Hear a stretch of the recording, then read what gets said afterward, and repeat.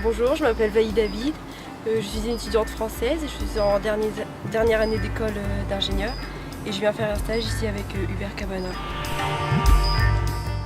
Bonjour, je m'appelle Hubert Cabana, je suis professeur au département de génie civil de l'Université de Sherbrooke. Aujourd'hui, je suis ici pour vous parler d'une voie, en fait, qui est un peu différente des voies classiques du génie civil, que sont par exemple les infrastructures routières, les propriétés du sol, les écoulements hydrauliques, et ainsi de suite. Je vais vous parler du génie environnemental. Donc, le génie environnemental, c'est entre autres ce qui permet de faire tout ce qui est épuration de l'eau, épuration de l'air, épuration des sols. Puis plus particulièrement, aujourd'hui, je vais vous parler de l'épuration des eaux. C'est une voie qui est en émergence, c'est une voie qui est extrêmement intéressante de par le fait que ça fait intervenir un paquet de spécialistes de différentes disciplines. Donc, à titre d'exemple, moi-même, je suis ingénieur chimiste et ingénieur biotechnologiste. Je travaille au département de génie civil malgré tout. Ça fait intervenir des biologistes, des chimistes, des médecins, et ainsi de suite. Donc, c'est une voie qui est vraiment multidisciplinaire, qui travaille sur des problématiques qui sont extrêmement complexes, qui font intervenir, dans le fond, tant nos habitudes de vie, les propriétés chimiques des contaminants, les procédés d'épuration des eaux, l'impact de ces contaminants-là sur l'environnement, sur la santé humaine, la santé des écosystèmes. Donc, c'est de quoi qui est vraiment très large. Donc, au niveau du génie environnemental, l'ingénieur civil est excessivement sollicité pour tout ce qui a trait au traitement des eaux usées. Donc, lorsqu'on parle de traitement d'eau usée, on parle de conception d'usines d'épuration, d'optimisation de ces usines-là. Et puis actuellement, les usines, pour les critères de conception pour lesquels elles sont faites, pour les contaminants qu'on veut enlever, fonctionnent super bien. Mais notre société moderne, de par tout ce qu'on consomme, de par tout ce qu'on utilise comme produit de consommation, il y a, dans le fond, on impose un grand stress à ces usines-là, une grande demande. Par exemple, avec tout ce qui est trait aux produits pharmaceutiques, ces usines-là ne sont pas faites pour éliminer ces contaminants-là.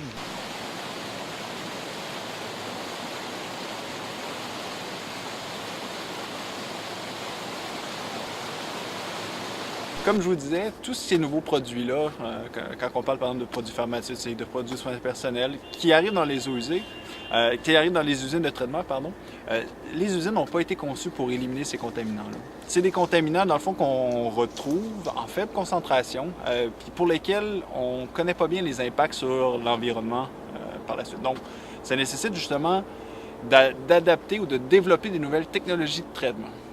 Puis en fait, aujourd'hui, je vous ai amené dans la forêt pour justement discuter d'une des voies possibles d'élimination de ces nouveaux contaminants-là. Dans le fond, cette voie d'élimination-là vient de la biodiversité qui nous entoure. Juste à titre d'exemple, dans chaque gramme de sol, on retrouve environ 1 million de micro-organismes. Et puis, ces micro-organismes-là, dans le fond, vivent dans des conditions qui sont des fois très, très difficiles, des conditions de survie très difficiles. Et puis, ce qui fait en sorte que ces bactéries, champignons, et ainsi de suite, ont développé des stratégies qui permettent justement de transformer certains éléments du sol, certains éléments du bois. Et ces éléments-là ressemblent, ou sont, au niveau chimique, ressemblent beaucoup aux polluants qu'on cible. Et justement, si on parle d'élimination de certains contaminants phénoliques, donc comme par exemple certains éléments qui viennent des plastiques, certains éléments qui viennent des dentifrices, et ainsi de suite, il y a des champignons qui sont responsables de la dégradation du bois, donc comme les champignons qu'on voit derrière nous. Ces champignons-là ont une excellente capacité d'élimination de ces polluants-là. Donc pour développer des stratégies novatrices de traitement des eaux usées, on est capable de prendre les micro-organismes qu'on retrouve dans des milieux naturels, comme par exemple sur cet arbre-ci, et les ramener dans le laboratoire pour justement tirer réellement profit des capacités métaboliques de ces organismes. On cherche à tirer profit de la nature. Donc, pour ce faire, on prélève certains micro-organismes d'intérêt à l'extérieur, comme les champignons que je vous ai montrés. Et puis, on les ramène dans le laboratoire, on les purifie, et puis on peut justement les utiliser sur cette forme purifiée-là pour différentes alternatives. Donc, ici, je peux vous montrer en fait un des champignons qu'on possède. Vous pouvez voir derrière moi, les étudiants sont allés sur la rivière Saint-François, ont prélevé des échantillons pour justement être en mesure d'avoir une bonne idée de la qualité. Donc ici, on développe une expertise vraiment pour la caractérisation de tout ce qui est micropolluants. Donc on entend des produits pharmaceutiques, des éléments qui viennent des plastiques, des hormones, des éléments comme ça. Donc ici, derrière nous, on voit les étudiants qui sont en train de préparer leurs échantillons, en train de les filtrer dans ce cas-ci.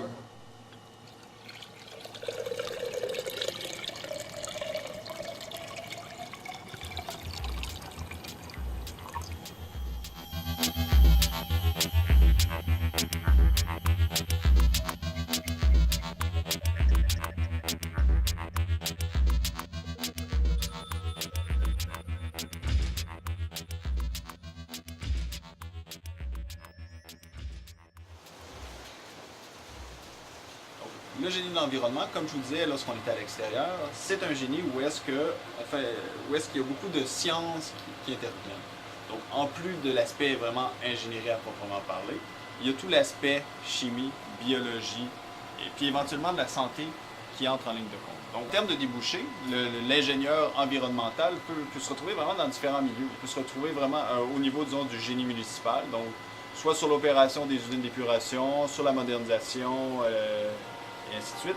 Au niveau du génie conseil, encore une fois, il y a différentes spécialités dans le génie conseil, mais ça peut être caractérisation environnementale, conception d'usines d'épuration ou de production d'eau potable. Ça peut être également tout ce qui est réduction de gaz à effet de serre émis par exemple par des sites d'enfouissement.